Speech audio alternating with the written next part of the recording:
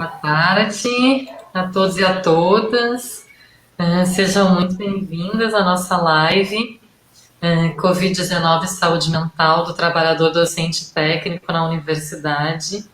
Esse é um tema extremamente importante, o tema da saúde mental. A nossa primeira live, bem no comecinho da pandemia, em março, foi sobre essa questão. Mas é uma questão que precisa ser sempre retomada pelo que está acontecendo com docentes e técnicos, mas também porque na medida em que a pandemia avança, a gente vai compreendendo melhor esses fenômenos, embora ainda sejam muito recentes, seja difícil dar respostas mais definitivas. Essa é uma live que foi indicada, né, pelo grupo de trabalho da ADUF de assuntos de aposentadoria e seguridade social.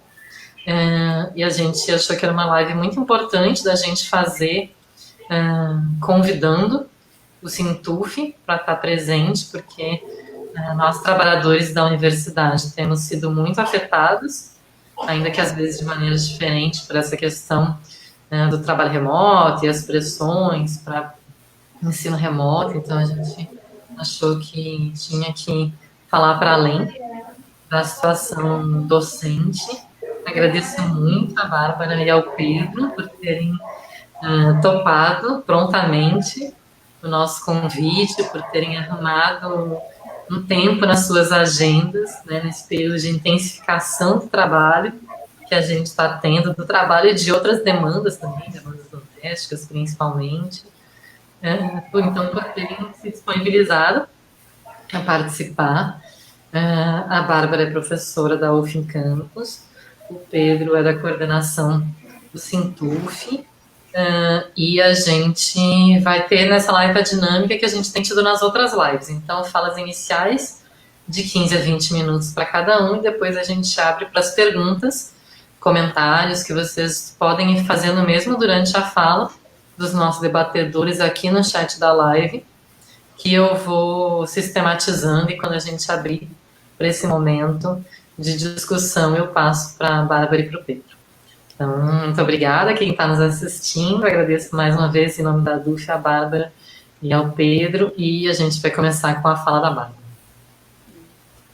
Olá, todo mundo. Primeiro, agradecer o convite, a Nina, de estar aqui, podendo falar de um assunto tão importante e tão vital, né, para esses dias. É um assunto muito complexo, né, como a gente já tem sentido na carne, né? Eu falava agora há pouco, antes de começar, que a complexidade da questão também se dá porque nós somos objetos, né, nesse sentido, que estamos nesse turbilhão de sofrimento mental também. Então, a minha fala, ela tem esses dois lados, talvez três, que é de quem está num processo, né, de adoecimento, como todos nós estamos.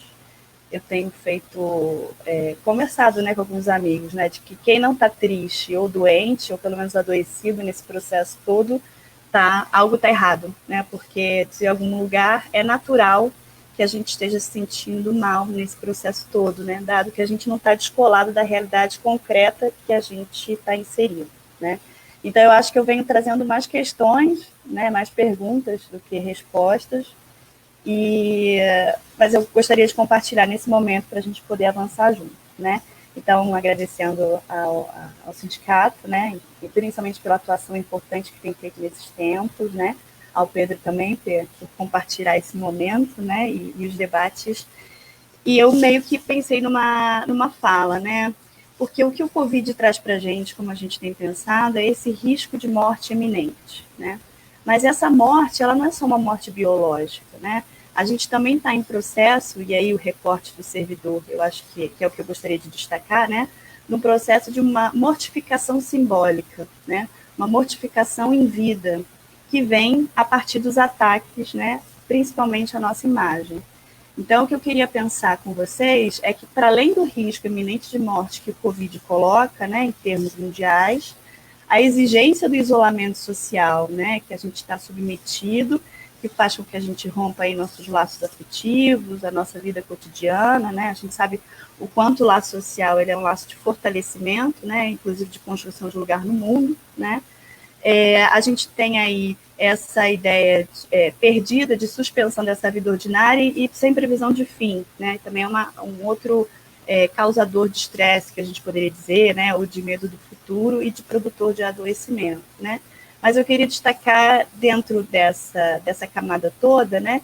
Que existe algo específico, né? Que é direcionado, nesse caso, ao servidor público e não à toa, que é isso que a gente chama, né, que eu gostaria de chamar aqui de degradação de nossa figura a partir de uma campanha que já está em curso antes, né, muito antes da pandemia, né. Então, eu queria pensar nessa ideia, né, de quanto nós estamos aí sendo altivados e violentados numa perspectiva simbólica também, né.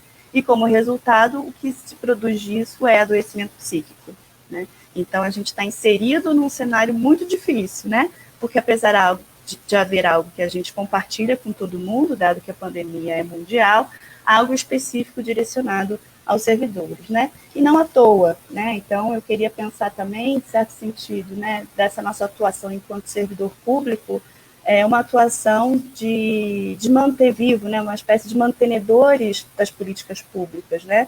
Então, de certa maneira, quando a gente atua, a gente está atuando no gesto, cotidianamente, ativamente, para a construção de um país mais justo, né? Em certo sentido, a nossa existência, né, ela é resistência a um projeto elitista que já está em curso, sempre esteve em curso, né, desde o ato fundacional do nosso país, mas que nesse momento a gente sente de uma maneira muito acirrada, né? Então, nesse sentido, né, tudo que a gente viveu antes da pandemia, né, de produção aí no cenário da mídia, né, dos próprios pronunciamentos oficiais, né, localizando o servidor, né, como um elemento, né, como a gente pode pensar, estou pensando em algumas das ofensas que a gente ouviu, né, de zebra gorda, até tinha algo em relação aos laboratórios de refino de drogas, né, enfim, são coisas que a gente ainda com certo humor conseguia ir um pouco deslizando, né, e ressignificando outras maneiras de estar posto, porque o humor também é uma maneira, né, um mecanismo de defesa, mas que dão ideia, né, da desconstrução da nossa figura, do nosso valor, né, e na minha concepção, né, e aí eu queria pensar com vocês algo que eu tenho refletido, né, que isso atende, claro, né, à produção de uma opinião pública, né, da produção de um terreno favorável aí da retirada dos nossos direitos, mas também é uma estratégia de guerra, vamos dizer assim, né? É uma estratégia de despotencializar nosso trabalho, a nossa existência, né? Despotencializar a possibilidade da gente fazer laço, né? Pensar sobre a realidade concreta que a gente está inserido e produzir saídas possíveis, né? Então, eu estou partindo da ideia, né, de que corpos adoecidos e corpos tristes, eles são corpos mais fáceis de serem controlados, né? Então, nesse sentido, entender o adoecimento psíquico, né, assim, ou entender o ataque à saúde mental do servidor, a gente também precisa localizar isso como uma estratégia política, né, de esvaziamento dos debates, né, do esvaziamento da nossa potência existencial, né, e propriamente na produção de adoecimento, de inibição, da impossibilidade da gente construir laços humanos, laços sociais, que são, de saída, laços de resistência, né? Então, é isso, né? Escrevi a produção, né, da ideia do vírus, né, que ataca, né, o que está posto aí no cenário mundial, mas que no cenário brasileiro tem essa especificidade nefasta, né, que é a politização do vírus, né, ou a produção de uma espécie de arma biológica, né? Então, isso obriga que a gente fique confinado em casa, isso nos retira do mundo comum, isso nos retira do nosso território de trabalho, que é algo que nos dá sentido à vida, né? Principalmente quando a gente está pensando, né, nesse caso, eu vou falar do lugar, né, de professora, que a gente passa aí, cada professor doutor que está na universidade hoje, dedicou a vida para ocupar esse espaço, né? Desde o seu projeto de mestrado, seu projeto de vida, seu projeto de doutorado, seu projeto de vida, né? Então, nesse sentido, quando ele passa no concurso, quando ele está no território, quando ele está lecionando, ele está necessariamente efetivando algo que dá sentido à sua própria vida, né? Então, é extremamente difícil para a gente estar longe desse território, né? Como eu imagino para outros trabalhadores, também estar fora do seu local de trabalho também é algo que adoece, né? Que produz adoecimento. E nesse sentido também, quando a gente olha para a gestão pública, né, e não vê nenhum tipo de organização das condições de retorno, pelo contrário, a gente olha para esse referencial simbólico e a gente vê não a gestão do caos, né, como eu tenho dito, mas a gestação do caos, né, para criar um terreno propício, né, para medidas autoritárias, é algo que traz ainda mais sofrimento, né. Então, eu queria ressaltar também essa camada que é importante, né, assim, estar em sala de aula, estar realizando pesquisa, estar realizando extensão, são frutos de produção de sentido de vida para cada professor que está na universidade, né? E cada professor, né, que compartilha esse mesmo ideal, essa mesma visão de mundo, né, da ideia de que a universidade ela é via de emancipação. Então, a gente se sente ativado, né, e atingido nessas duas dimensões, né, uma dimensão mais individual, vou chamar assim, né, própria, singular, talvez seja melhor, e numa dimensão coletiva também. Né, porque quando a gente entende, defende a universidade enquanto uma universidade pública, socialmente referenciada, né, e publicamente financiada, a gente, em última instância, está defendendo uma ideia, um projeto de país, que é necessariamente reduzir desigualdade social. Né? Então, eu acho que isso é importante, de um lado, porque mostra, né, de que maneira esses ataques, eles ferem no âmago existencial cada professor que compartilha desse ideal, né, e também nos ferem enquanto seres políticos, né, na medida em que estamos juntos ali, operando em fato, em tempo real, cada dia que a gente acorda, vai para a sala de aula ou encontra os alunos, algo que está posto enquanto política pública, né? Então, uma maneira de tangibilizar, né, se gosta bastante desse termo, né, de efetivar a política pública é pela via do servidor público, né, e na sua carne, a gente não pode esquecer isso, né, às vezes quando eu brinco, eu digo, a gente não pode esquecer que a instituição é feita de gente, né, então, nesse sentido, quando a gente está no nosso posto de trabalho, né, quando a gente está na sala de aula, no laboratório de pesquisa, né, ou pensando em extensão, né, para fora do muro da universidade, a gente está efetivando esse ideal, que é um ideal coletivo, mas que também é um ideal que dá sentido à minha vida, né, enquanto servidora, enquanto alguém que faz operar cotidianamente algo que está estabelecido enquanto um projeto, né. Então, queria ressaltar isso, né, porque não é à toa, né, que puseram a granada no nosso bolso, né, foi uma das últimas frases que a gente escuta em relação ao servidor público, né, por que esse elemento, essa peça, ela tem que ser atacada e retirada do jogo, retirada do cenário de resistência, né, porque é justamente ele, o servidor público, quem faz a atuação cotidiana que faz girar a política pública, né, e mais uma vez a gente faz isso a partir oferecendo o nosso corpo, oferecendo o nosso tempo, né? Enfim, a nossa existência para esse fim. Então, talvez por isso também, né, que nós, servidores, né, estejamos também muito abalados com todos os ataques que acontecem no cenário nacional, né, porque também nos altiva e nos atinge nessa dimensão mais singular, né? Repito, que é o que dá sentido à nossa existência enquanto servidor, né? Então, eu queria, né, falar isso, né, essa questão da transmissão, né, então o servidor é aquele que faz tanto a ativação cotidiana, quanto aquele que permite uma certa imortalidade dessa ideia, né, no sentido que a gente opera isso de fato, cotidianamente, ordinariamente, no sentido da vida ordinária, né, mas que também a gente transmite a partir do ensino, né, da extensão e da pesquisa, esse ideal, né? Que ideal é esse, Bárbara? O ideal de país justo, democrático, que só vai ser possível ser emancipado, né? Ou ser transformado, melhor dizendo, a partir da emancipação de cada indivíduo, né? Que possua, que deva ter acesso ao ensino universal, né? Um ensino superior universal, né? Porque essa é a via de produção de pensamento crítico, né? De via de transmissão de um ideal de país que seja muito mais afeito, muito mais afinado com a justiça social, né?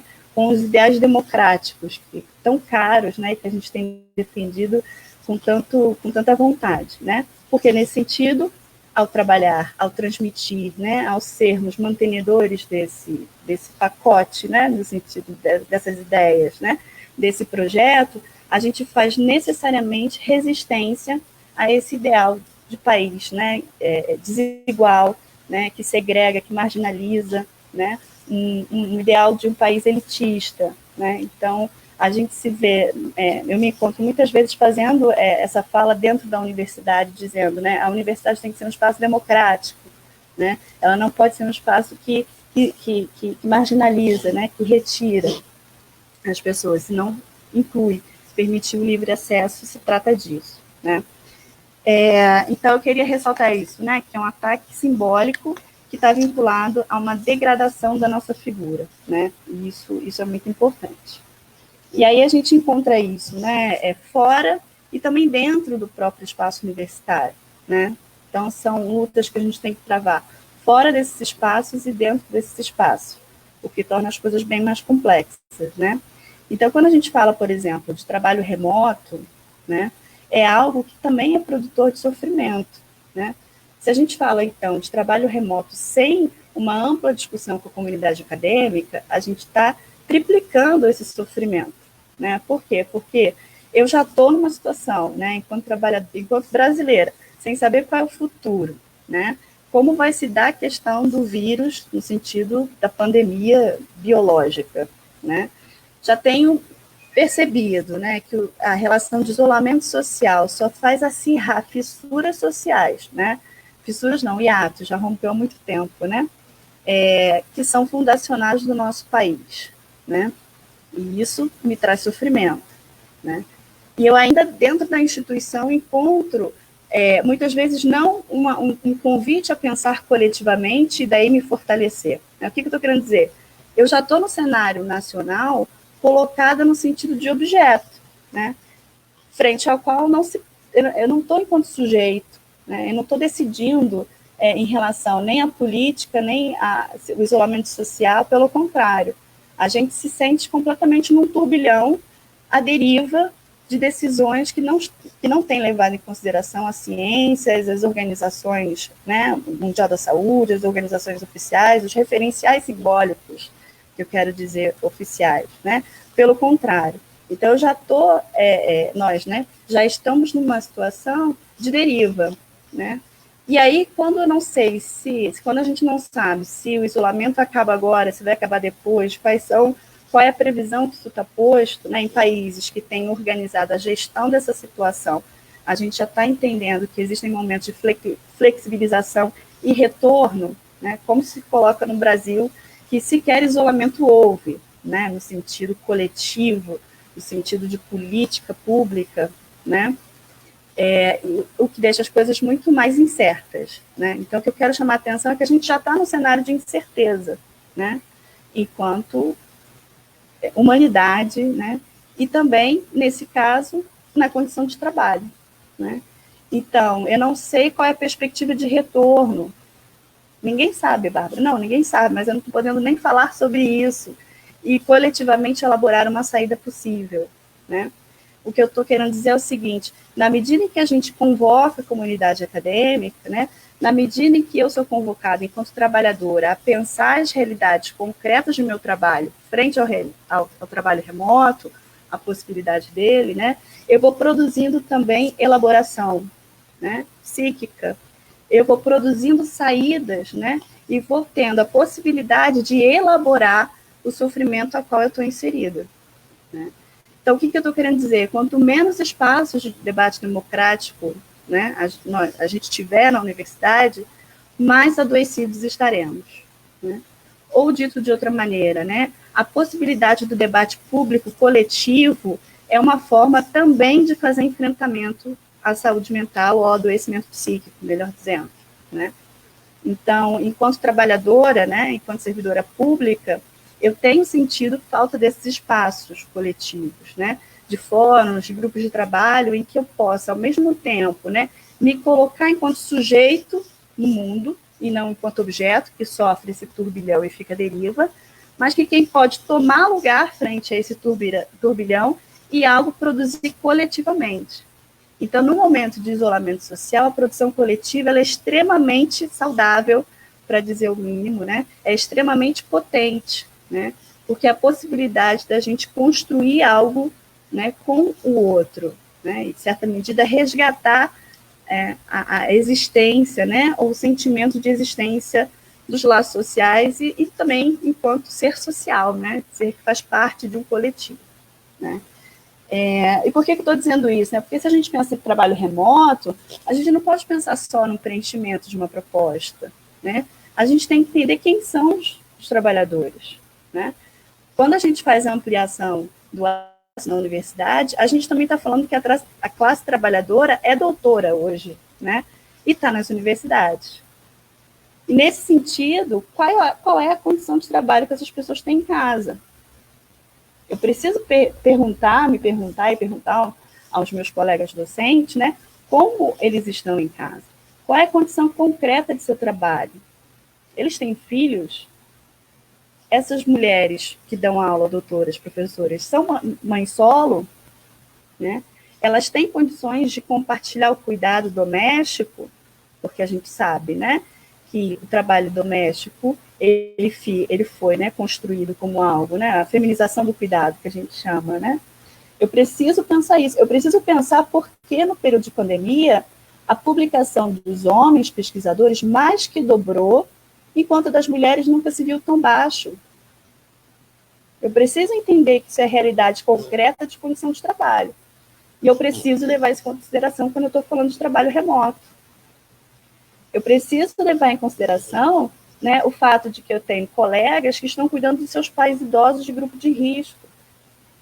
Eu preciso levar em consideração que eu tenho colegas com problemas graves cardíacos, por exemplo, né, que são um grupo de risco, e isso traz, né, querendo ou não, um temor de angústia, um temor, né, de morte muito mais intenso. Eu preciso pensar que né, temos colegas que estão adoecidas e de licença por questões, por exemplo, de assédio moral na universidade. A gente precisa pensar essas questões, né? Por que eu estou falando isso? Porque o trabalho remoto ele não pode ser só um preenchimento de uma proposta, né? Ele tem que ser análise crítica da condição que cada profissional, né, que cada trabalhador, que cada servidor público, né, encontra em suas casas para poder exercer. Da mesma maneira, já vi que eu estou passando um pouquinho, né, mas já vou para a conclusão. A gente precisa entender, né, e pensar como os nossos alunos vão acessar o trabalho remoto oferecido. Eu sou uma professora que atua hoje no Departamento de Psicologia de Campos dos Goytacazes. Os meus alunos de Campos de Goytacazes são muito diferentes dos alunos da UF em Niterói, né? Então, eu vou assumir que esses alunos, muitos deles, não têm acesso adequado à internet, né, aos meios de as plataformas, e aí eu vou assumir que esse aluno não vai acompanhar o semestre. Como é que isso vai se dar? A gente precisa se fazer essa pergunta, né? Porque se eu faço uma decisão de trabalho remoto sem levar isso em consideração, eu estou reforçando o caráter elitista da universidade, porque eu estou retirando dela, né, as mulheres pesquisadoras, doutoras e mães. Eu estou retirando da universidade os meus alunos, né, que ingressaram, né? Então, eu estou fazendo um recorte de classe, eu estou fazendo um recorte, né, um recorte no sentido eu estou fazendo uma exclusão baseada, né, em questões de classe, eu estou fazendo uma exclusão baseada, né, no sentido racista, né, e eu estou fazendo uma exclusão também misógina, porque eu não estou pensando nas minhas alunas que são mães e que como elas vão acompanhar um semestre letivo com o filho em casa, né? E considerando a interseccionalidade das questões, fica ainda mais complexo esse campo de atuação, né? E isso é algo que me fere, né, enquanto professora servidora, né, porque eu trabalho em prol de uma universidade, de uma educação e de um país democrático, plural, né, e que inclua, ao invés de marginalizar, né? Eu estou pensando na lógica, né, da educação enquanto um direito, né?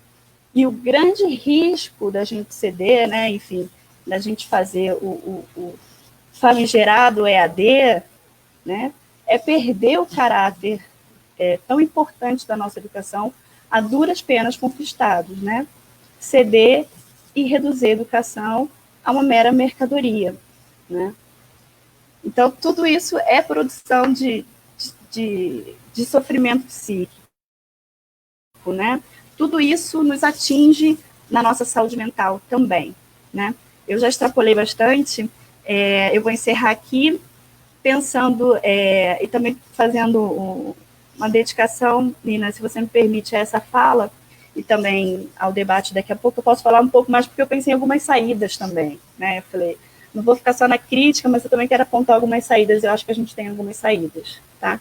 Mas eu queria encerrar dedicando essa fala ao querido Fernando Ribeiro, professor da UF, foi meu professor, e que tombou na luta em 2019, né? Então, eu queria pensar isso, né? Como a gente pode continuar na luta sem sucumbir a ela, né? Porque nesse momento, sucumbir à depressão, sucumbir à ansiedade, crises fóbicas, né?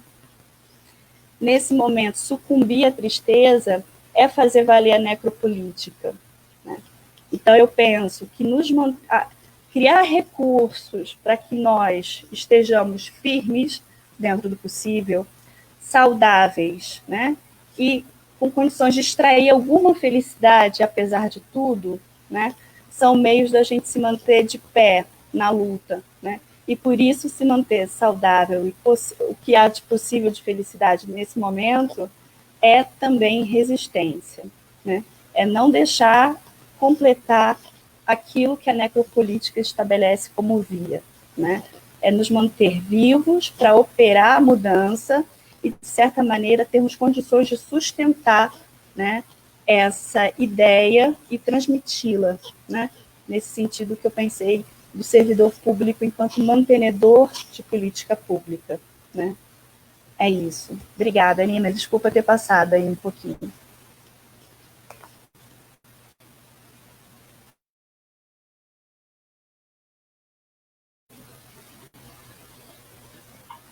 Esqueci de ligar meu microfone. Obrigada, Bárbara.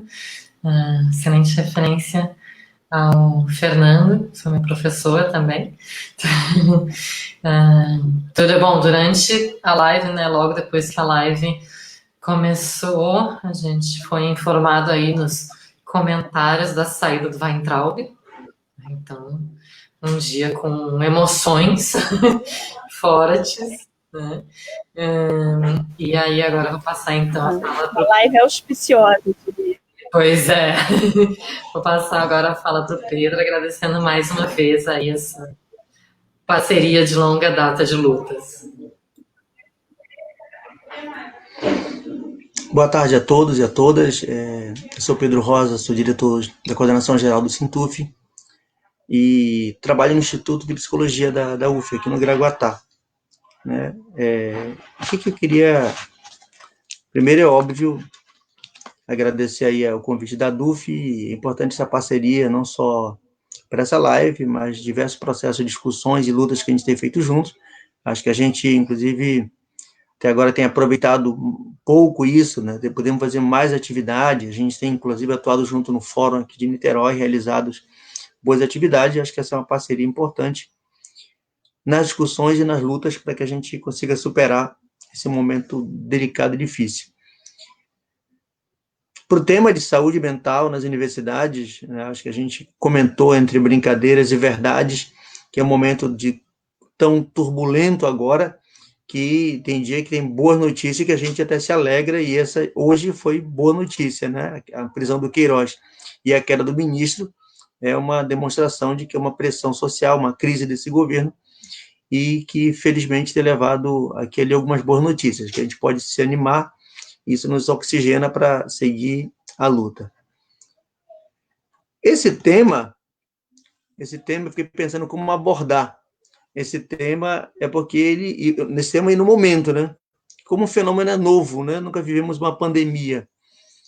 É óbvio que tem mais de 1000 perguntas e questionamentos, e a Bárbara já trouxe aí várias questões, algumas que a gente já vinha debatendo, outras que já chamou atenção agora, mas são tantas inquietações para a gente poder pensar como ajudar a responder.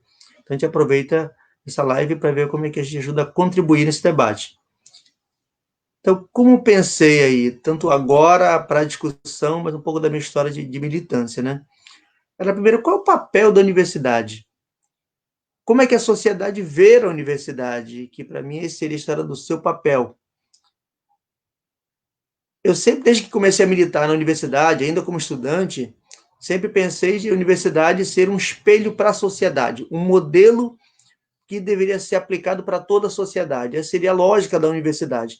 Inclusive, para isso que a gente até luta. Se a universidade é um centro de pesquisa, de estudo, de elaboração, ser capaz de identificar os problemas e apontar as soluções, é isso que se espera da universidade. A universidade, a gente queria que fosse um modelo de gestão de relações democráticas de poder, uma gestão democrática. A gente queria que as relações de trabalho fossem saudáveis e assim poder dizer para a sociedade como deveria ser relações de trabalho saudáveis. A gente quer a universidade focada, preocupada 100% com as demandas sociais e buscando uma solução. Infelizmente, essa não é a característica, pelo menos da cúpula da universidade, ou de várias universidades, que ainda tem muito interesses privados predominando, ou interesses políticos governamentais predominando na postura da universidade. Eu digo isso porque isso interfere também em como é que a gente vai estar com a nossa saúde coletiva e individual no dia a dia, antes da pandemia e agora no meio dessa pandemia. Eu acho que isso é um ponto importante para refletir, porque, por exemplo, eu imagino que se tivesse um reitor, uma universidade de administração como toda, chamando toda a universidade para discutir essa crise da pandemia, como a gente ajuda a contribuir, todos os setores da universidade com seus conhecimentos diversos para enfrentar essa pandemia, tenho certeza que todo mundo se sentiria mais motivado em contribuir, se empenhar, se esforçar mais do que está se esforçando para poder andar juntos. Essa não tem sido a característica da universidade. Nós estamos há quase 100 dias no isolamento social. Só para quem não conhece a universidade, tivemos recentemente o 2º Conselho Universitário e sequer o tema Covid está na pauta. Apenas a relação de como é que eu faço substituição das composições de poder na universidade. O reitor se achou no direito de entrar numa equipe para acabar com o isolamento social na cidade de Niterói, sem discutir com ninguém na universidade. E todo mundo, a parte que vive na cidade, sabe que vai ter uma consequência na sua vida isso. Então, essas características, estou falando no aspecto interno, também abordo de cima, e a minha vida, tem um reflexo sobre a minha vida. A Bárbara citou várias vezes a postura do governo federal, frequentemente ameaçando, seja desde o início do seu governo, mas durante a pandemia, apesar de todo o sofrimento social, a postura do governo é dizer, vou reduzir seu salário, vou baixar a norma para reduzir e cortar mais benefícios da nossa categoria, que já vem com o salário bastante achatado, também isso é algo que te angustia, ou seja, o que eu faço? Eu queria poder ser um soldado, apesar de ameaçado com a pandemia, ser capaz de ajudar a combater o problema e estar motivado a isso. Mas é inverso, as pessoas são pressionadas pelo governo, pela administração superior, a estar numa condição de saúde coletiva e individual fragilizado. Acho que são pontos para que a gente refletir exatamente para saber qual o papel da universidade hoje, como está a nossa universidade. Eu não estou dizendo que todos os reitores têm essa postura, não. Não estou dizendo isso. Não estou dizendo que toda a comunidade universitária, da gestão, docente, técnico, é isso. Eu não estou dizendo de quem dirige a universidade teria que passar essa mensagem para a sociedade. Somos responsáveis é um centro de pesquisa. Você imagina, devia estar dedicado 100% do tempo a pensar como vai ajudar, seja na descoberta das vacinas, dos medicamentos, seja do impacto social através dos seus estudos que tem na universidade, como fazer com que as pessoas que estão no trabalho presencial no hospital estejam em condições mais perfeitas possíveis para poder encarar esse momento. Esse seria o papel que a gente espera, que a gente quer que tenha, para que a gente pudesse não só estar orgulhoso, mas nossa condição emocional, nossa saúde pudesse ajudar a contribuir. Estou colocando de modo geral isso, que eu acho que era um ponto importante, que essa postura da gestão a nível local e a nível nacional influencia diretamente nas minhas condições.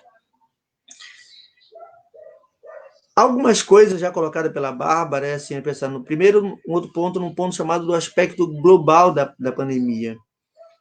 Né? Você imagina qual é o impacto da pandemia em si para a cabeça de cada um. Como é que a gente está conseguindo está com as nossas condições no chamado isolamento social. São quase 100 dias em isolamento social, e dependendo da característica de cada um, das características da casa, da característica do ambiente familiar, significa 100 dias, é muito tempo isso. Como é que a gente absorve a questão do noticiário de todo dia, saber que está morrendo mais de 1.000 pessoas por dia? Isso, há um mês atrás, a gente nunca conseguia imaginar. E saber que as notícias que nos cercam, aqui ou ali, é um conhecido que posta que morreu alguém da sua família, ou morreu alguém da própria comunidade universitária, ou morreu da sua vizinhança. São coisas, como é que está impactando a nossa vida a questão de ter medo de ir no supermercado, de receber uma compra, de saber que mudou todo o costume, de ter que lavar todas as compras. Isso é uma mudança grande, são as características. Nós não somos uma ilha. Então, para a gente pensar na saúde mental no interior da universidade, é dentro desta característica, desse momento que vive, que está a sociedade. Então, essa é um ponto que era obrigação da universidade. Como a gente fala da obrigação, era obrigação da universidade. Nós não somos seres supremos, mas ser uma universidade significa ajudar a estar pensando, exatamente pela característica da formação intelectual das diversas unidades da universidade, dizer, opa, essa seria a característica para que a gente possa melhor atuar, melhor responder para os trabalhos presenciais que seguem tendo e para os trabalhos remotos que estão sendo exigidos para ter. Queria pegar aí traços da nossa categoria e dividir em dois, para poder melhor contribuir para o debate, de forma mais objetiva. Dois. Uma fatia grande da categoria, em sua maioria, está vivendo esse efeito do trabalho da situação do isolamento social. O isolamento social de quem sendo cobrado a fazer trabalho remoto. E a outra fatia da categoria, grande também, que está na linha de frente dentro do Hospital Antônio Pedro, quero abordar de forma separada, mas para que a gente pense, contribua nesse momento da saúde, do tema colocado aí pelos companheiros da DUF.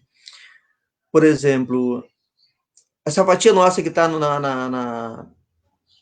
isolamento social, quero pensar algumas características, né? Citado aqui pela Bárbara, acabei citando também, mas é importante dizer, vou dar só um exemplo aqui, assim, qual é a característica das pessoas dentro de casa que estão sendo cobradas a fazer o trabalho remoto.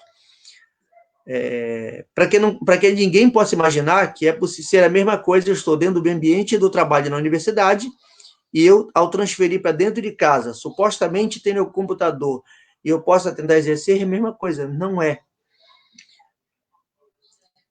Há mais de 10 anos atrás, nosso sindicato teve informação, pegou os dados, já tínhamos quase 1.000 trabalhadores técnicos com crianças em idade de creche. Se eu pensar na geração mais recente, a geração do Reúne, que tem muita gente nova, a quantidade de gente, tenho certeza que essa quantidade muito mais do que dobrou. Então, é provável que tenha mais de 2.000 pessoas hoje na universidade, técnicos com crianças.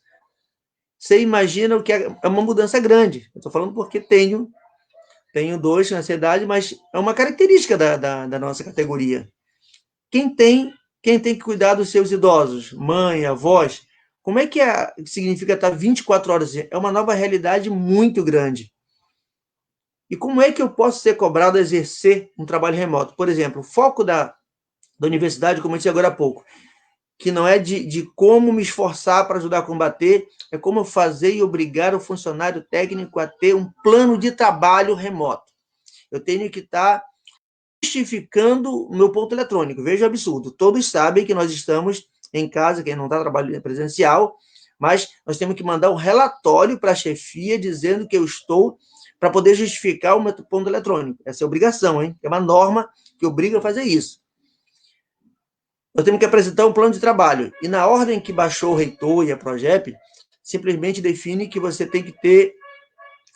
só se o seu cargo não permitir que você faça trabalho remoto. É a única opção que trabalha na concepção da reitoria. Dessas pessoas, essas são tratadas de separado, não é que elas estão liberadas do trabalho remoto. Então, todas as outras são ignoradas se a sua condição individual, subjetiva, é permitido trabalhar. Eu, por exemplo, não tenho computador. Por que eu posso ser obrigado a ter um computador? Eu não tenho condições financeiras para isso. As pessoas são obrigadas a ter uma rede Wi-Fi. De uma parcela grande pode ser, mas quais são as condições efetivas na sua casa para desenvolver? Então, a universidade ignora, abstrai isso. Então, tem uma parcela grande da categoria que vive pressionada para isso. As pessoas, por mais que alguém diga, não, é tempo menor de trabalho, a informação que a gente tem pelo sindicato é muito distinta de uma unidade para outra, de uma chefia para outra. Felizmente, uma parte das chefias imediatas não tem a concepção do reitor e está tentando ser o mais flexível possível.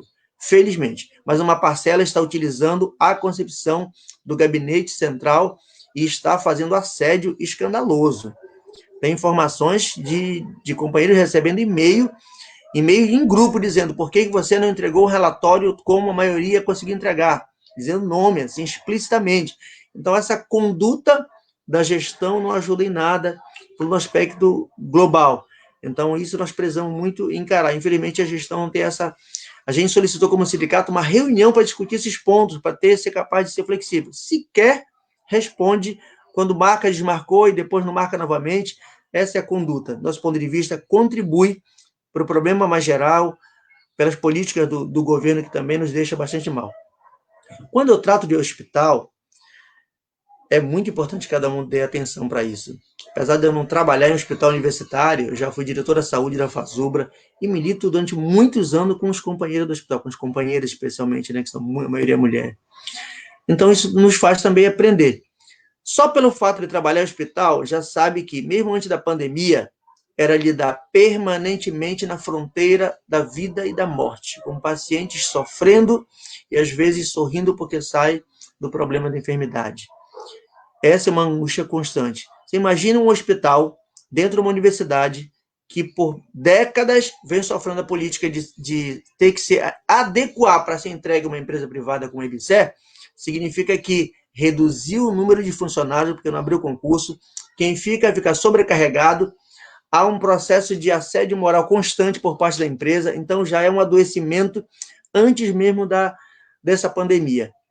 Quando eu transfiro essa característica de gente que já vinha adoecendo, em grau, muitos companheiros idosos porque não tinha concurso, e você chega numa pandemia, você tem outros traços de que forçam ao adoecimento, você não tem nenhuma tranquilidade emocional para tratar. Então, o trabalhar no hospital acaba sendo como me sinto na necessidade de contribuir para a pessoa sobreviver, mas eu não estou bem.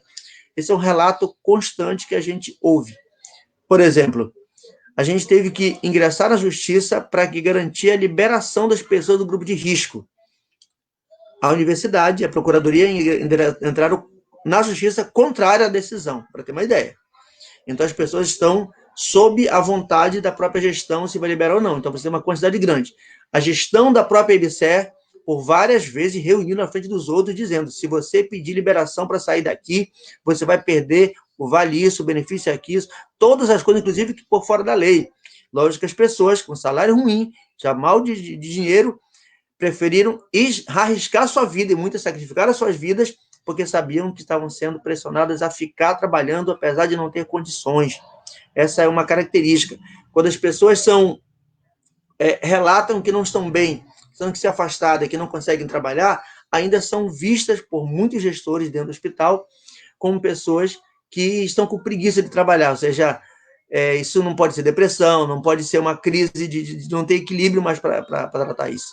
Essa é uma característica que está colocada nesse momento dentro do hospital. Você imagina isso tratando no momento de uma pandemia, onde é uma doença completamente desconhecida. Ou seja, se você tratava com outras doenças que você conhecia, você sabia qual era o remédio, pelo menos tinha melhores condições de saber qual era o remédio, procurar o tratamento. Agora você não sabe.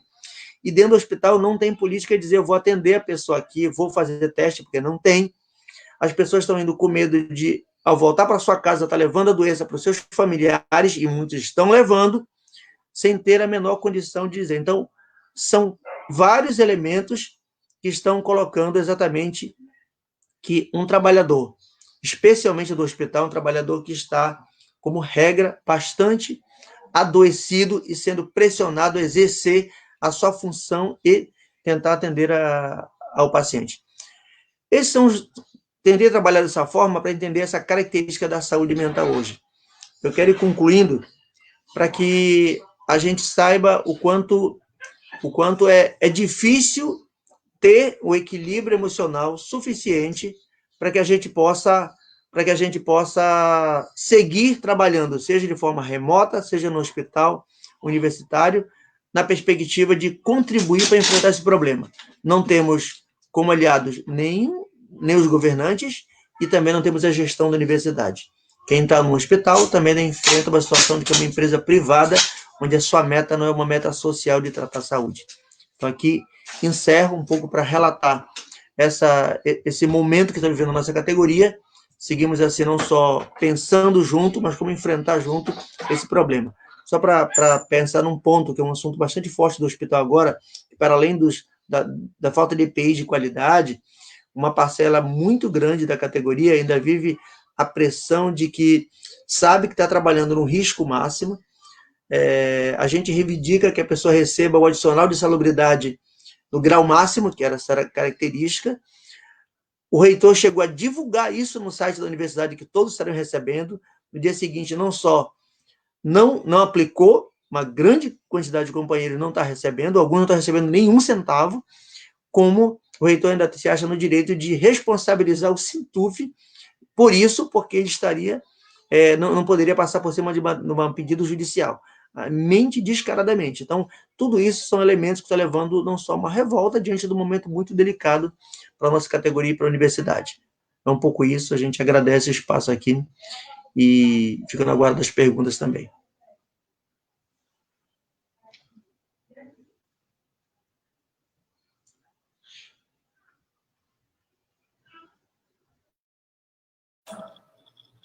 Agora consegui destravar. Então, obrigada, Pedro, pelas contribuições para o nosso debate.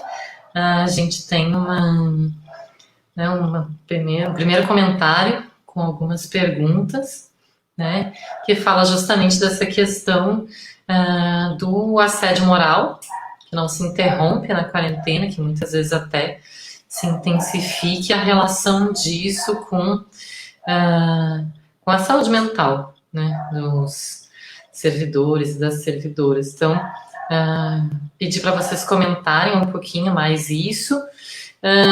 E tem a pergunta se tem algum trabalho com servidores sobre saúde mental. De repente a gente começa pela Bárbara, então. Sobre o assédio moral, né, e a questão do isolamento, né, do trabalho remoto. Isso é outra questão que eu acho que é importantíssima, né? A gente precisa falar dos assédios na universidade, tanto dos assédios sexuais como dos assédios morais, né? É uma prática que acontece com frequência, né? Lá em campus a gente teve 2018 ou 2019 uma demissão de um professor, né, por conta de assédio sexual em relação às alunas. Foi importante, né, esse desfecho de algo que já vinha se arrastando há bastante tempo, né? O assédio moral também é algo presente, também cotidianamente na universidade e também fora dela, né? O assédio moral e o sexual não acontece só na universidade, mas na medida que a universidade não é descolada do mundo, também se dá para dentro dos seus muros, né? Então, é algo que a gente precisa, sim, pautar sempre e estar sempre construindo dispositivos de enfrentamento, né? Antes da pandemia, a gente estava construindo isso, né? Até esse contato com a Nina vem muito desse lugar, né? Da gente construir uma UF sem assédio, né? O nome do grupo de trabalho que começou a se organizar. E acho importantíssima a pergunta, porque é algo que não cessa com o isolamento, né? Como a fala do Pedro aponta aí, é algo que se intensifica com o isolamento, e no isolamento a gente tem algo que é mais grave, ou que traz uma complexidade, talvez não mais grave, mas traz uma complexidade outra, que é a indissociabilidade do lugar público e privado, né? Eu estou numa live, né? A gente está numa live que é de trabalho, mas eu estou na minha casa, né? Então, de certa maneira, esses novos métodos e interfaces de trabalho são extremamente invasivas, né? Porque eu estou sendo, nesse caso, né, o e-mail que chega ou o tipo de trabalho que acontece, porque a gente vai começar a viver, né? Caso a gente faça aula nesse sentido, eu vi que a EAD foi aprovada, né? Algo assim, no sentido das aulas do ensino o ensino à distância até o final do ano, é algo que nos preocupa também da ordem da saúde mental, porque eu não tenho mais a proteção do meu lar, né? Então, querendo ou não, quando eu estou na universidade e sofro assédio, né, é algo terrível que não deve acontecer, mas de algum lugar, de algum modo, o meu lar, fechei a porta, isso está de certa maneira, não que eu não traga para dentro, obviamente eu trago, né, mas de certa maneira essa proteção, essa cisão que havia, né, entre o mundo público e privado, o mundo do trabalho e o mundo doméstico, está fundido, né, e aí eu sou, então, invadida na minha casa. Estou dizendo isso porque eu tenho ouvido pessoas, né, colegas dizendo, principalmente que estão na universidade privada. Eu trabalhei 5 anos em universidade privada, sei da gravidade, da maneira que as coisas se colocam, né, e uma delas estava dizendo isso, né, eu me sinto altivada, eu me sinto invadida, né, assim, a minha sala, é o meu quarto, não é mais horário de trabalho, né. Então, esse assédio moral que já era muito grave, produzia adoecimento, eu tendo a pensar que nesse caso em que a gente não tem mais o descolamento da esfera pública e privada, do lar e da esfera do trabalho, isso vai agravar ainda mais o sofrimento, né, a saúde mental. Isso é importante, né, eu gostei muito de ouvir o Pedro, porque eu estava pensando da importância, né, da gente não psicologizar aquilo que é político, né. A psicologia, ela tem na sua história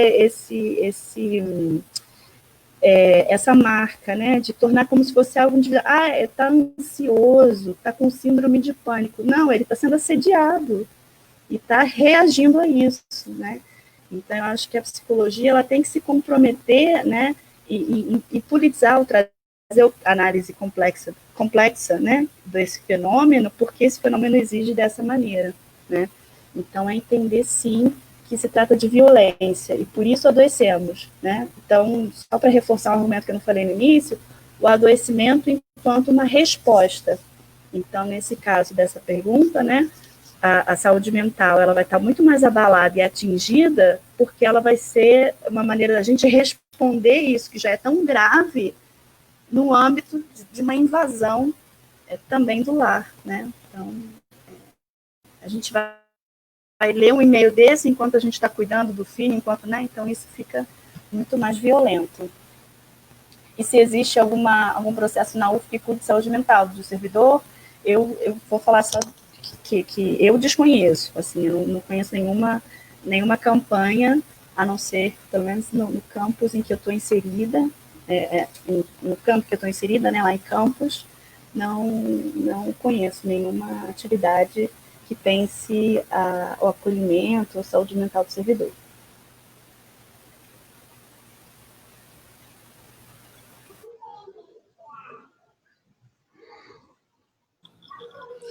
Bárbara, mas acho. Uhum, só um minutinho, Pedro. Só vou pedir para a Bárbara mencionar que pode não ser vindo da administração, mas tem ações de professores nesse sentido, né? Que acho que é importante aí usar sim. esse espaço Aí eu para posso. divulgar, né? Perfeito. Não, tá ótimo, menina, obrigada. Não existe nenhuma ação no sentido institucional. O que existe é uma organização superpotente de profissionais extremamente comprometidos e capacitados, né?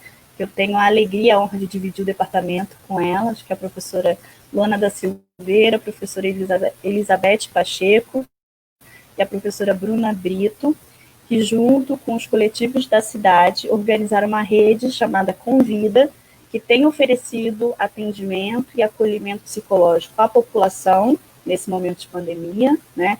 Isso que o Pedro diz aponta como furo, né? Como algo que a gestão deveria estar se preocupando e não está. Esse grupo de professoras, né, se organiza junto com os coletivos da cidade e oferece o acolhimento e o apoio, então, tanto à população como também a servidores, né? E agora ampliado, né, porque tanto em relação à UF, agora elas iniciaram uma parceria com a UENF. Então, é importantíssimo, Nina, obrigada, reforçar que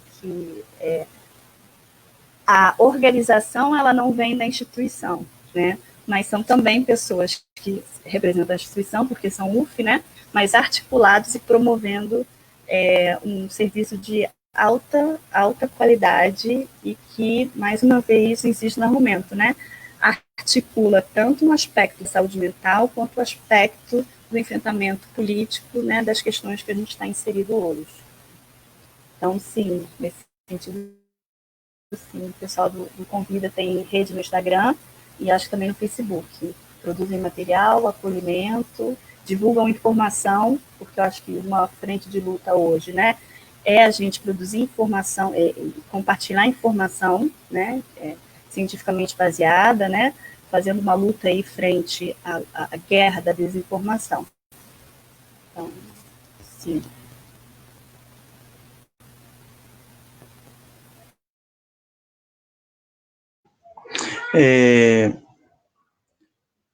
Começar a inverso, na questão de ter ou não ter na universidade trabalho de saúde saúde mental para os servidores, né? Essa foi a pergunta de forma direta. Antes dessa live, eu tive a preocupação de fazer contato com alguns companheiros e profissionais da psicologia que trabalham na reitoria na Progep. Então, é óbvio que a universidade, por ser a terceira maior universidade do Brasil, repleta dos diversos profissionais, ela vai ter programas diversos. Inclusive, ter lá na Progep, tem gente, tem psicólogos, alguns amigos, alguns companheiros.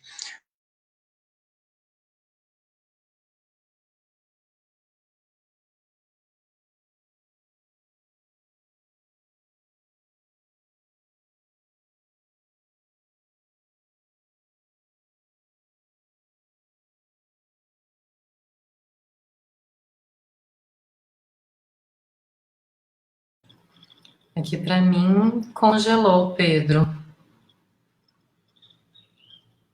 Para ti, Bárbara.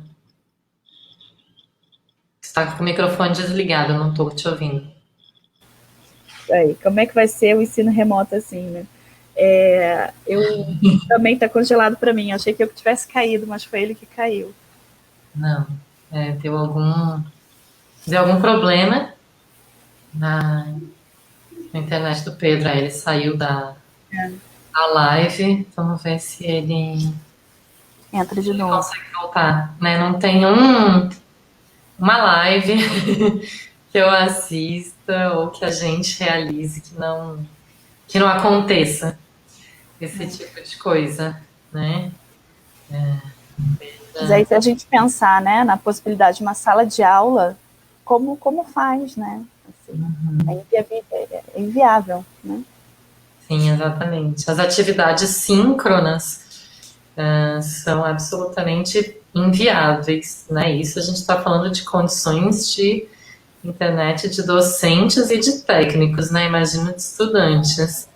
E nas atividades assíncronas, toda interação que exige a formação do conhecimento fica absolutamente comprometida, né? Então, você aproveitou a tua caída, Pedro, para comentar, né, essa suposta possibilidade de substituição, né, do presencial pelo online. Mas vai lá, continua a resposta.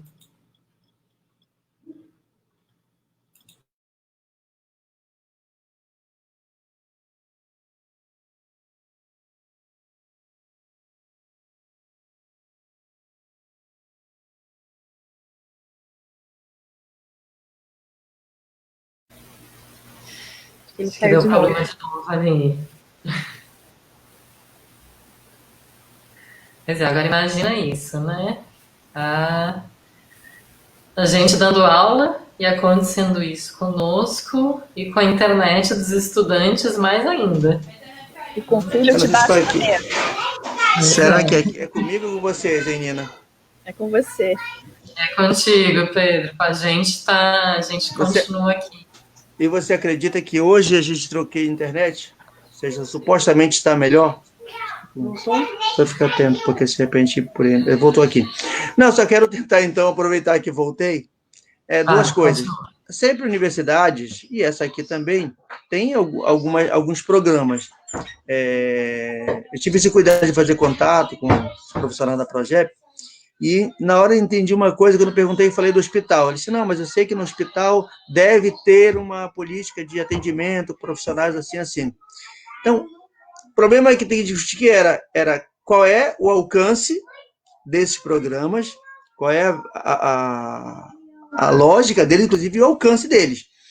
Especialmente, o que a gente fala era qual é a política da universidade para evitar que as pessoas adoeçam. O que a gente fala é, se você tem, aí entrando no segundo tema do assédio, se você tem quase que uma institucionalização da política de assédio moral, é óbvio que eu vou ter muito mais gente debilitada na sua saúde, então não adianta dizer, olha, tem um profissional ali, você tem uma ouvidoria para reclamar, você tem um grupo de psicólogos para você ser atendido, se você, de fato, impõe as humilhações constantes, o assédio moral como uma política institucional. Eu digo para que a gente não fale as coisas pela metade.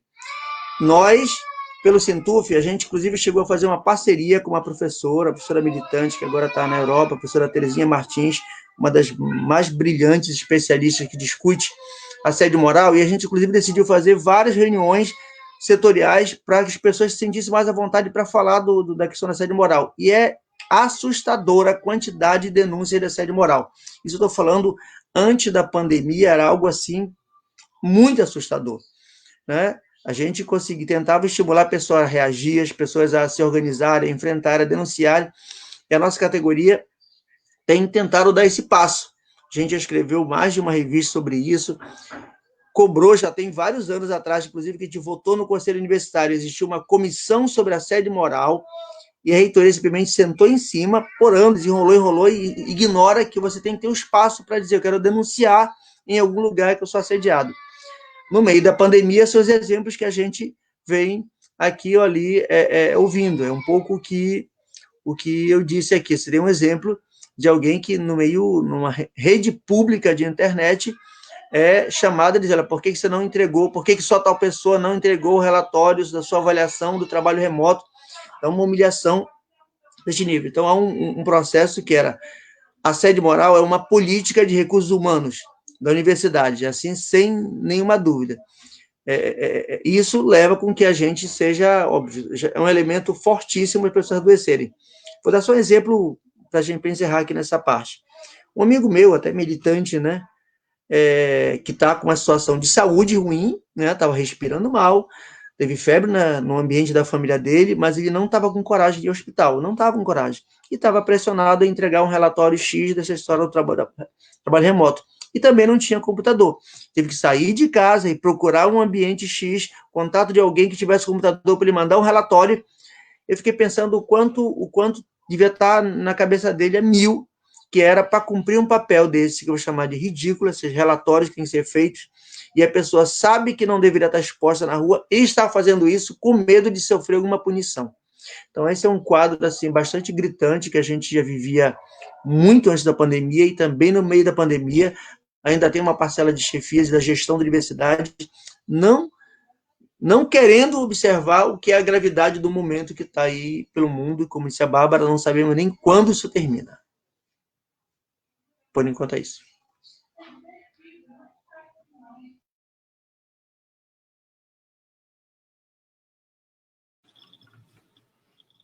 Obrigada pela resposta. Conseguimos, né, chegar até o final dessa resposta. E eu queria pedir para vocês comentarem o que pode contribuir, né, para a saúde mental do trabalhador docente técnico na universidade, que pode contribuir para esse não adoecimento, né, para não... Enfim, para a gente não ter piora de uma situação que já é global e nacional. Eu queria ver vocês... Os dois trouxeram alguns desses elementos na fala, mas queria pedir para vocês aprofundarem um pouco mais nessa questão. É uma pergunta importantíssima, né? E, como eu falei, como quem está sofrendo também, é uma pergunta que eu me faço desses dois lugares, né? Tanto de quem está buscando manter alguma sanidade mental, né, alguma saúde mental nesse momento, quanto quem está pesquisando, enfim, pensando sobre isso, né? Eu encontrei um texto que eu escrevi na época do doutorado sobre o cuidado de si, né? Então, eu tenho pensado que uma saída possível, né, é cuidar de si, né? Mas não no sentido individualista, né, no sentido de descolar das questões políticas, né? Então, pensando essa resposta, né, eu faço para mim mesma no sentido de como ficar, como atravessar esse momento, né? Mas antes de aprofundar um pouquinho nisso, pelo menos um pouco mais do que só citar, pensar que uma via de fortalecimento nesse momento, insisto, assim, é o debate coletivo, né? É coletivizar elaboração sobre o que a gente está vivendo, né?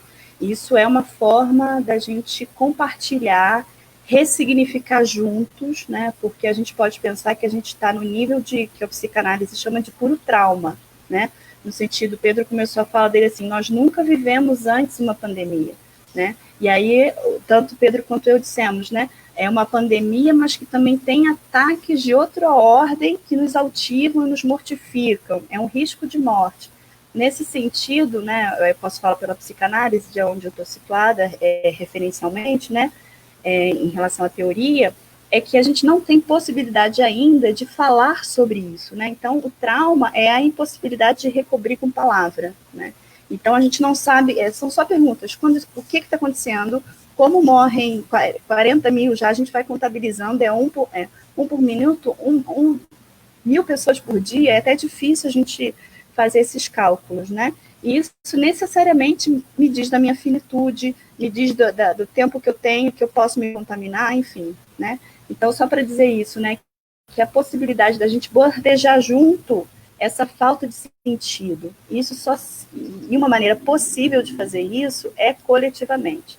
Então, é criar espaços de fala, como esse maravilhoso projeto, né, que eu acabei de citar, da professora Luana, professora Bruno, professora Elizabeth, mas também a gente pode fazer isso com os nossos pares, né, criar locais que a gente possa falar junto, é isso que a DUF está fazendo hoje, né, assim, criar espaços de debate político, que também é elaborar o que está acontecendo, né, então eu acho que primeiramente, né, entender que é uma questão política, é uma questão coletiva, e que coletivamente a gente tem que encontrar saídas para elaborar junto, claro, na singularidade de cada um, mas há algo comum que a gente vive. Não é igual, mas é comum. E que a gente pode usar esse recurso coletivo como uma saída possível, né? E a outra dimensão, que não é dissociada dessa, é essa dimensão do cuidado de si, né? Que não é a dimensão do autocuidado ou do conhecimento de si mesmo, né? Mas é entender que pelo menos para mim isso funcionou, assim, eu preciso me manter viva, eu preciso me manter saudável, porque isso também é resistir a essa política nefasta e mortífera que se apresenta, né? Sendo assim, eu preciso criar condições cotidianas de produção de saúde, né? E aí, necessariamente, é o quê? É pensar no corpo, é pensar nos pensamentos, né? Cuidar do corpo, cuidar do pensamento, cuidar das pessoas mais próximas que me cercam, né? E também cuidar da cidade, no sentido político mais ampliado. Então, só para dar o referencial, né? Essa é uma convocação socrática, né? De ocupa-te a ti mesmo, né? Então, eu tenho pensado que uma saída possível, né, para a gente produzir saúde mental é ocupar-se de si. E isso, em absoluto, significa sair das pautas, né? É criar estratégias, e aí a gente pode fazer isso, como eu falei, coletivamente, mas tem algo aí que é singular, que cada um vai encontrar seu modo, né? Estratégias de cuidar de si, de permanecer na luta sem sucumbir às pautas, né? Então, eu acho que é um cálculo difícil, é uma estratégia que cada um vai encontrar, né? Mas que tem a ver com essa saída, né? Então, mas o que você está falando, Bárbara, exatamente, né? A mim, eu tenho lançado mão, por exemplo, do yoga. É algo que eu consigo organizar a minha mente, até para poder fazer um enfrentamento de pautas difíceis, sem sucumbir a elas, né? Eu tenho colegas que retornaram a exercitar o corpo através da dança. O que eu quero dizer, né? Isso também é muito comum, não só em relação ao modelo ocidental de pensamento, mas também a intelectualidade, que a gente fica trabalhando como se a razão fosse dissociada do corpo, né? Resgatar o movimento do corpo também é uma maneira da gente se centrar no presente. Então, como eu falei, que Pedro ressaltou também, né? A gente não sabe quando isso vai acabar, A gente está posto sempre para o futuro, né? Então, a gente tem que lidar com o que está acontecendo agora, com o que aconteceu até aqui, como esse breve histórico que eu fiz, né? Dessa questão da mortificação simbólica dos ataques, né, ao nosso lugar, essa mortificação simbólica do servidor público. Eu tenho que pensar no que eu estou inserida agora, o medo de contágio e o genocídio da população negra, e o feminicídio que tem acontecido, o aumento das mortes das mulheres e também da violência doméstica, sem perspectiva do fim. Então, a gente faz um achatamento do tempo, né? E isso é produtor de ansiedade, né? Então, uma das maneiras da gente tentar separar o que é de hoje, o que é de manhã, o que foi de ontem, né? É centrar um pouco nessa questão corpórea. E aí, eu não sei, né? Cada um vai encontrar a maneira mais afeita e que se sente melhor. Então, como eu estava falando, prática de corpo, né? Dança, alguns colegas também estão usando muito, enfim, exercícios, são formas da gente se situar no agora, né? Mas não se cerrando e descolando do enfrentamento, porque como a gente está falando, se o produtor de adoecimento ele está na esfera política, né, a gente também precisa se ocupar dela. Mas para se ocupar dela, eu preciso estar vivo e saudável, né? Então, essa questão, o cuidado de si, eu penso que é uma estratégia possível de resistência à necropolítica, né? É isso.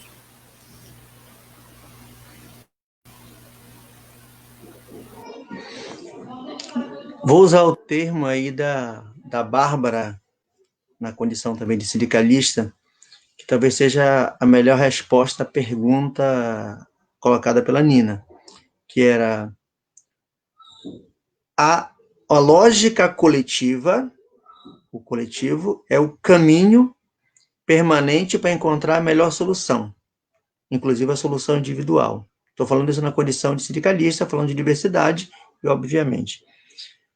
Vou dar exemplo das coisas colocadas anteriormente. Hoje, a gente solicita uma reunião com a Progep, e uma das reivindicações que a gente aprovou, apresentou no Conselho Universitário, que não foi apreciado, era sobre a questão do trabalho remoto. As pessoas que, se tiver o espaço coletivo do diálogo e pensar com mais de uma pessoa, qual era uma possível saída? A nossa reivindicação era simples. Se a pessoa declarar que não tem condições objetivas ou subjetivas de realizar o trabalho, ela não pode ser punida, porque essa é a realidade de hoje.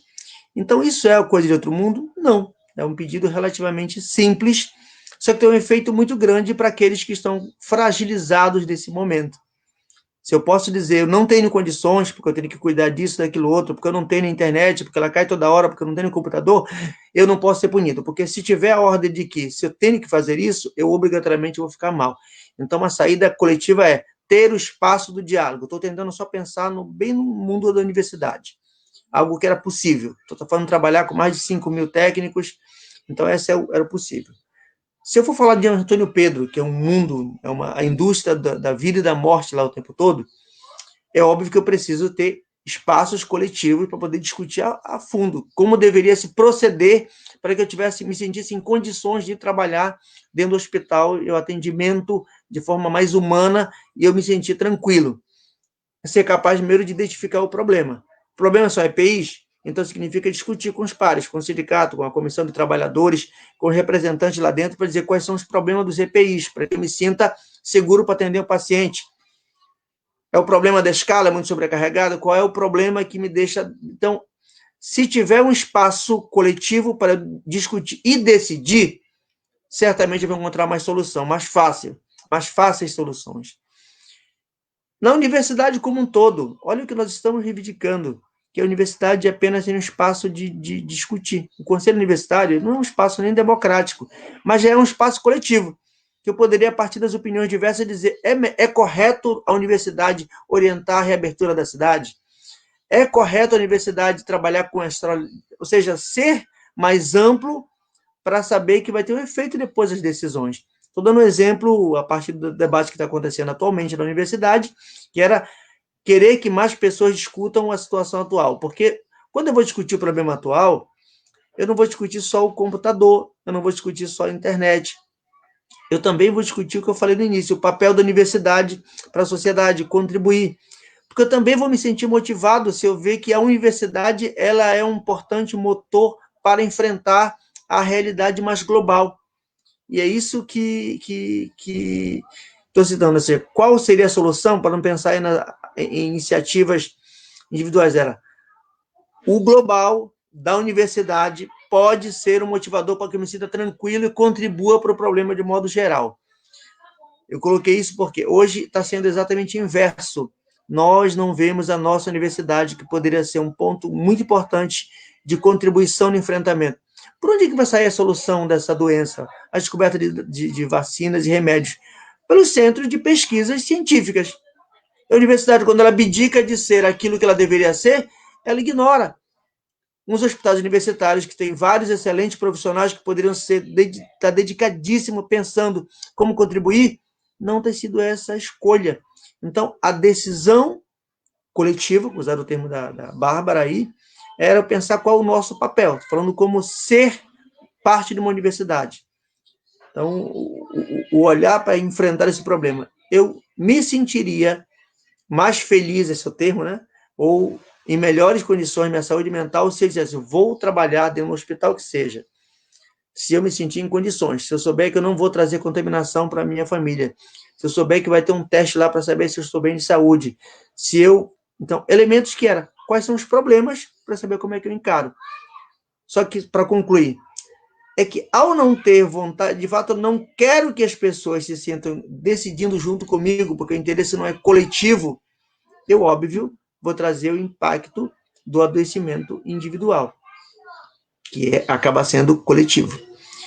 Porque muitos de nós estamos adoecendo pela realidade imposta pela política governamental e pela cumplicidade da gestão. Então, a nossa saída como movimento ainda sendo como cobrar, como fomentar, como fazer essas discussões, como tentar envolver mais gente, encorajar as pessoas a não achar que estão pedindo favor, e sim ter um direito a ter condições de trabalhar e seguir vivendo. É isso.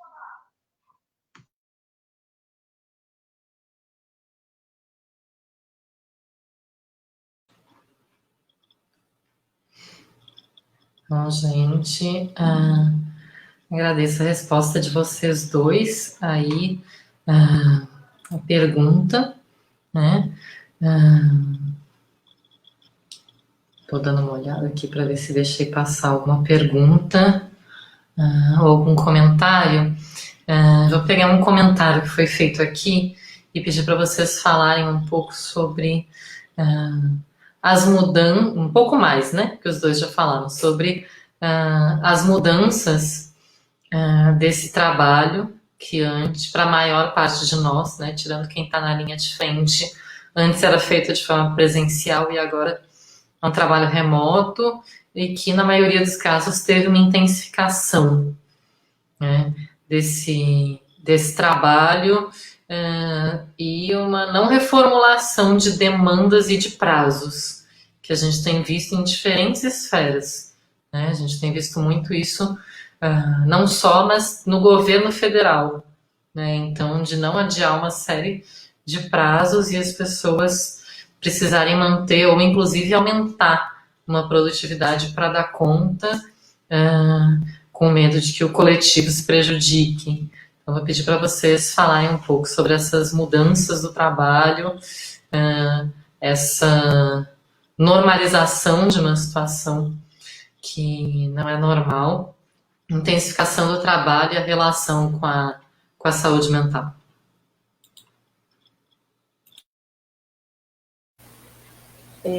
Eu acho que acaba que a pergunta já vem meio contida a resposta, né? Assim, quando a menina aponta dessa intensificação do trabalho, é algo que a gente tem ouvido, né? Nossa, nunca trabalhei tanto, né? Quanto tenho trabalhado em casa. E ainda assim, né? Porque insisto na perspectiva da gente pensar que a jornada de trabalho ela se altera, né? Assim, ao invés de a gente pensar em dias úteis, né, de segunda a sexta e final de semana, a gente está tendo que repensar e reconstruir uma jornada de trabalho possível. Senão a gente é completamente engolido pelo trabalho, né? Completamente essa coisa da intensificação, né? Insisto, né? E como é que a gente vai pensar isso no lar, no reduto doméstico, né? Que existe uma série de trabalhos também importantes, né? reprodutivos e não pagos, mas que também são necessários, né, para a manutenção do trabalho produtivo, né? Então, estou pensando, claro, né, dado para perceber, mas o recorte ou a análise a partir da questão de gênero, né? Então, como a gente vai pensar em produção de trabalho que está intensificado numa relação subalternizada, que já está posta historicamente no bojo social, né? E que a mulher passa a ser responsável por aquilo socialmente criado, né? Pela a esfera do cuidado, né? Como fazer isso em situação de isolamento, em que a gente perde a rede de suporte que a gente tinha ainda alguma possibilidade de manejar, né? Não, agora não tem mais como deixar os filhos, nem na escola, porque elas estão fechadas, então eles estão em casa, né? E aí é o que a Nina está colocando, os prazos não mudam, né? Como se os prazos desconhecessem completamente a realidade concreta que o trabalhador está posto, né? Assim, o servidor público é um trabalhador, né? Então, como a gente vai reformular isso em casa? Mas aí é isso, né? Mais uma vez, corroboro com o que o Pedro está dizendo, né? Assim, a gente precisa pensar, então, politicamente, coletivamente, já que não é algo singular à minha existência, né? É algo que está posto estruturalmente, é uma questão estrutural a divisão sexual do trabalho, né? A divisão sexual racial do trabalho. A gente precisa discutir isso coletivamente, né?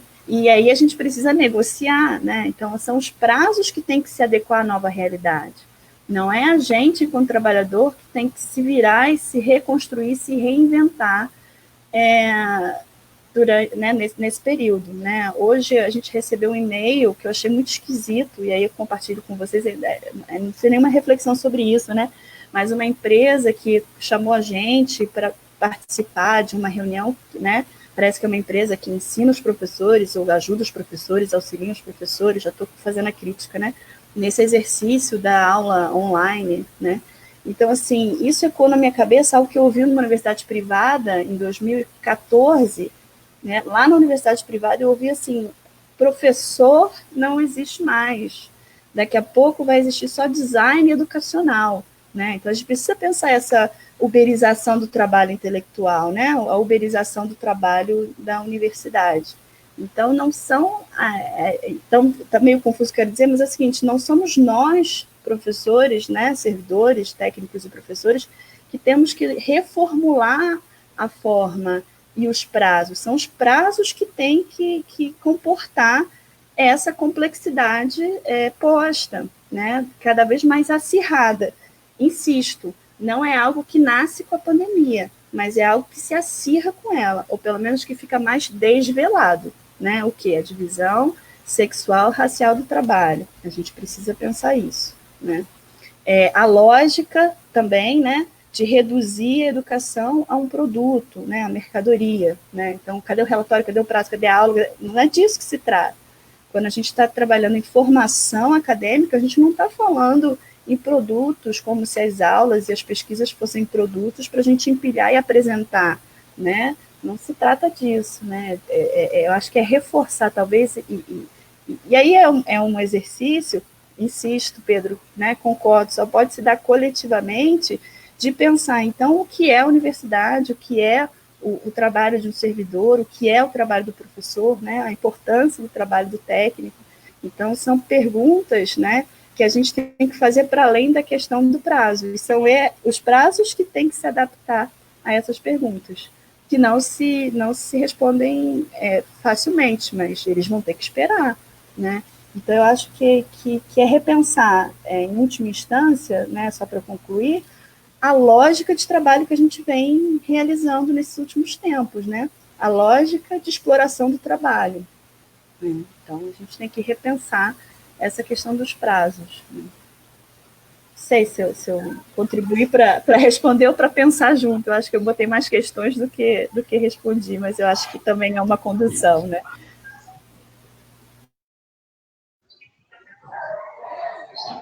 Não, uma Bárbara, lógico, foi feliz, levantou elementos que já estão em discussão. Mas eu queria só colocar duas coisas a partir da pergunta, da mudança do trabalho.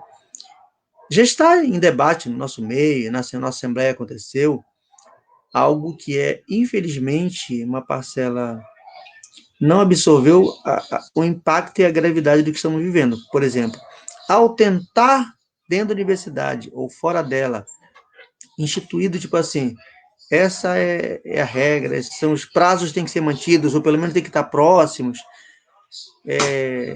não entendeu de fato o que está acontecendo. Por que eu digo isso? Eu vi uma professora da UF, acho que foi a Kate Lane que publicou, quando a primeira vez que colocaram a história do nosso trabalho, nossa meta, ela publicou: a minha meta é ficar viva. E tinha que ser incorporado isso de verdade, ou seja, a nossa obsessão era como ajudar a combater o problema. Na nossa Assembleia aconteceu uma fala, que eu vou aqui produzir, independente de quem falou, que era, pensei, mas dizer o seguinte: isso é um fato, a vida vai ser assim, nós temos que pensar que já vamos ter que nos adequar a esse mundo virtual, e uma readequação, você já jogou. Para mim, a lógica é a seguinte: nós não vamos conseguir impedir esse vírus, era quase decidido. Então, nós temos que pensar na readequação. Foi quando a pessoa começou a discutir de que qual é o problema de você aceitar que 25% das tuas aulas que ainda estão faltando sejam remotas. E eu acho que um pouco citou a Bárbara, que não entendeu de que, lamento, tem coisa que tem que se parar, parar de verdade. O correto nesse país ou no mundo é do tipo assim: o que fazem as empresas quando estão de fato numa crise? Faz a chamada férias coletiva. Era possível dizer: olha, dá uma parada geral, férias coletivas geral, faz, o setor privado já faz isso. É possível dar uma parada geral, o isolamento de verdade? Nunca foi feito. Então, se ajudou a proliferar o vírus. Essa mudança do trabalho, quando alguns dizem: não, nós vamos ter que nos adequar, agora já é um fato. Não sei. Se eu for trabalhar com esse raciocínio, já estou considerando que a gente não vai conseguir, que a ciência e o ser humano não vai conseguir derrotar. Eu já tenho que me adequar ou trabalhar com os fatos consumados. É um fato consumado isso? Eu acho que não. Penso que não podemos pensar assim. Porque se eu pensar assim, é impossível pensar que relação de sala de aula, eu não tenho como pensar. Então, essas salas de aula vão ter que se reduzir pela metade, já, alguns países vão tentando fazer. Então, a história da mudança está ligada para mim. Os setores ou a gestão, ou parte da gestão que está tentando impor ou manter prazos e calendários, não está vivendo no mundo que eu estou conseguindo viver. Ou seja, está forçando algo que é a adequação a uma realidade que eu acho que é impossível. Mas o que é mais preocupante, para concluir?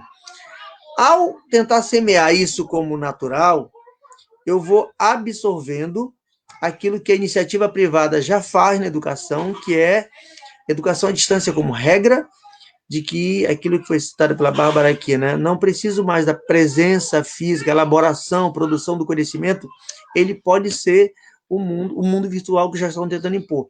Eu acho que mais do que discutir que está errado fazer uma adequação e manter prazos agora, é colocar um sinal de alerta de que este modelo de educação à distância, de ensino remoto, de trabalho remoto como regra, ele é um modelo que já é pregado e na iniciativa privada já existe.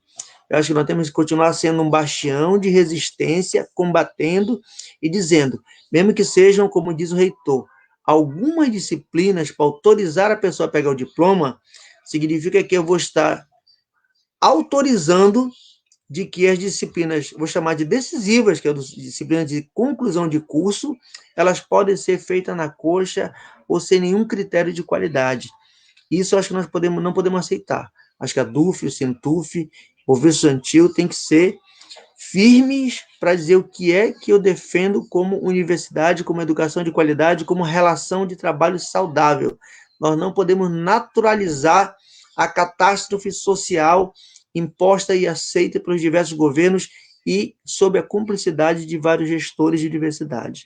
Então, nesse aspecto, a história da mudança do trabalho está ligada a um debate mais a fundo, que nós acho que não temos que ser um ponto de resistência contrário a isso.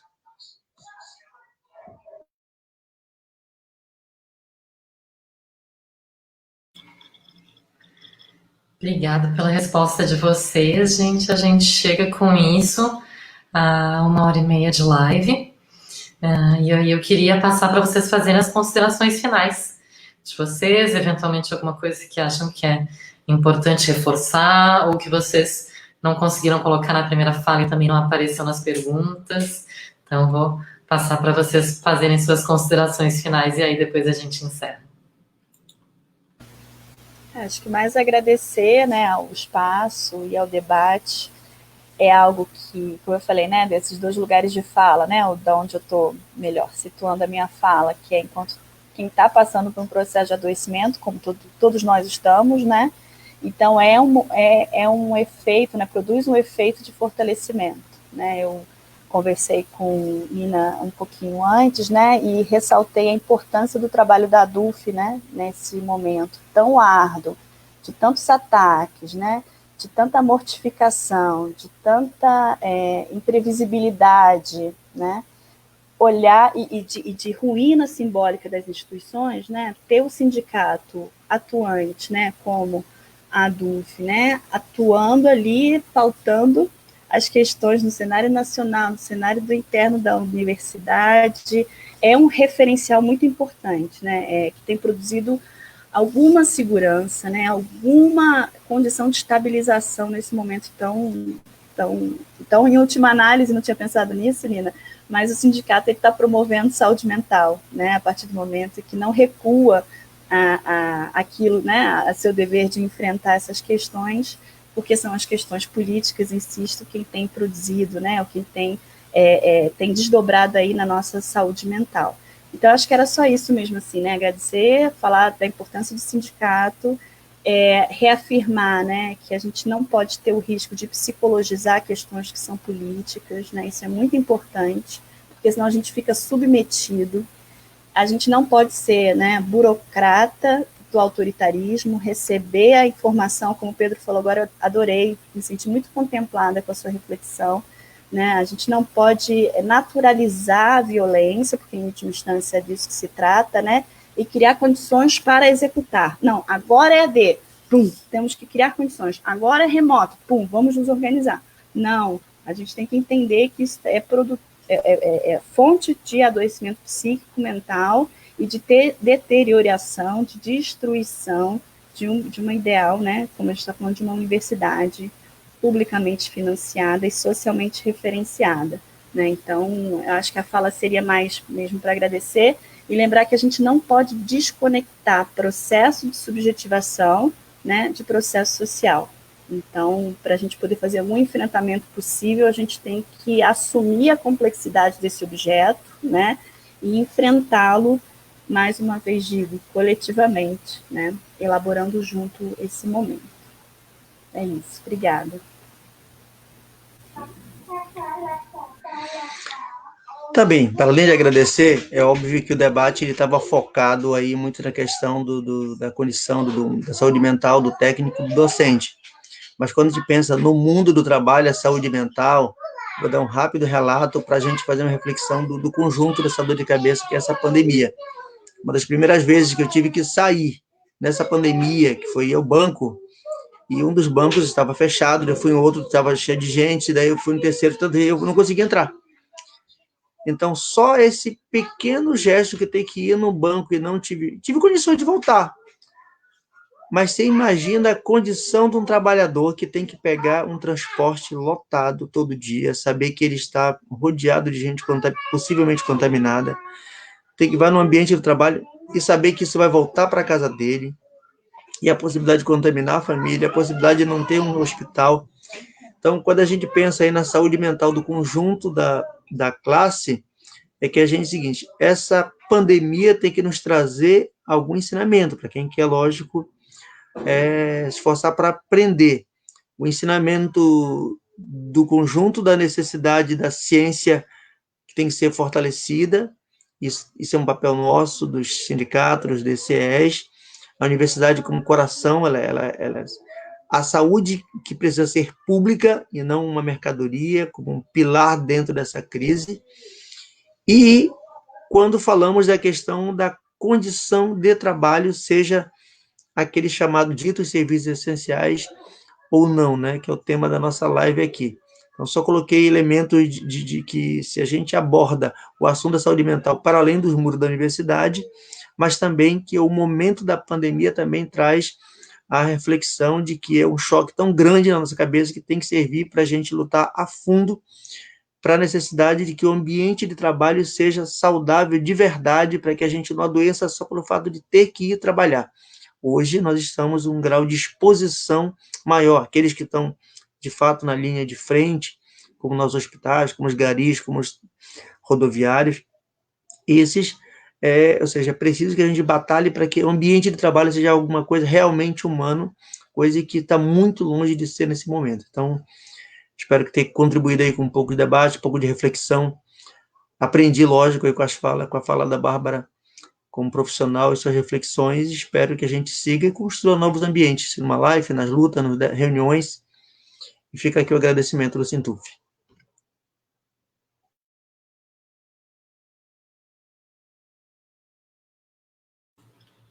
Bom, agradeço em nome da ADUF a participação da Bárbara e do Pedro, que, como a gente esperava, trouxeram muitos elementos para a gente pensar essas questões. A gente falava antes que talvez essa seja uma live que não traga respostas para todas as perguntas que a gente tem sobre o tema, mas que todos os processos precisam considerar não só as respostas que já são possíveis, mas também as perguntas que esse momento está nos fazendo formular e que muitas vezes têm ligação com práticas e processos de antes da pandemia. Então, Bárbara e Pedro, certamente aprendemos muito com vocês. Agradeço também as pessoas que nos assistiram, que comentaram, que mandaram perguntas, né? Então, na próxima quinta-feira a gente volta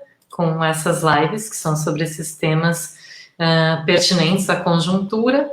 E no domingo a gente tem mais uma sessão do nosso Cineclube virtual. A gente vai exibir às 15 horas o filme sobre 7 ondas verdes espumantes. E às 17 horas tem debate com os 2 diretores do filme. Também está todo mundo convidado. A gente precisa nos aproximar das questões fundamentais para esse momento e para a humanidade através de debates, mas também da arte e da cultura. Por isso que a gente tem feito essas lives na quinta e o nosso Cineclube virtual no domingo. Então, esperamos ver todos vocês que nos assistiram em breve nas nossas próximas atividades online. E, mais uma vez, obrigada a Bárbara e obrigada ao Pedro, representando o Sintuf, esse nosso parceiro histórico de tantas lutas. Então, bom final de tarde, início de noite para todo mundo.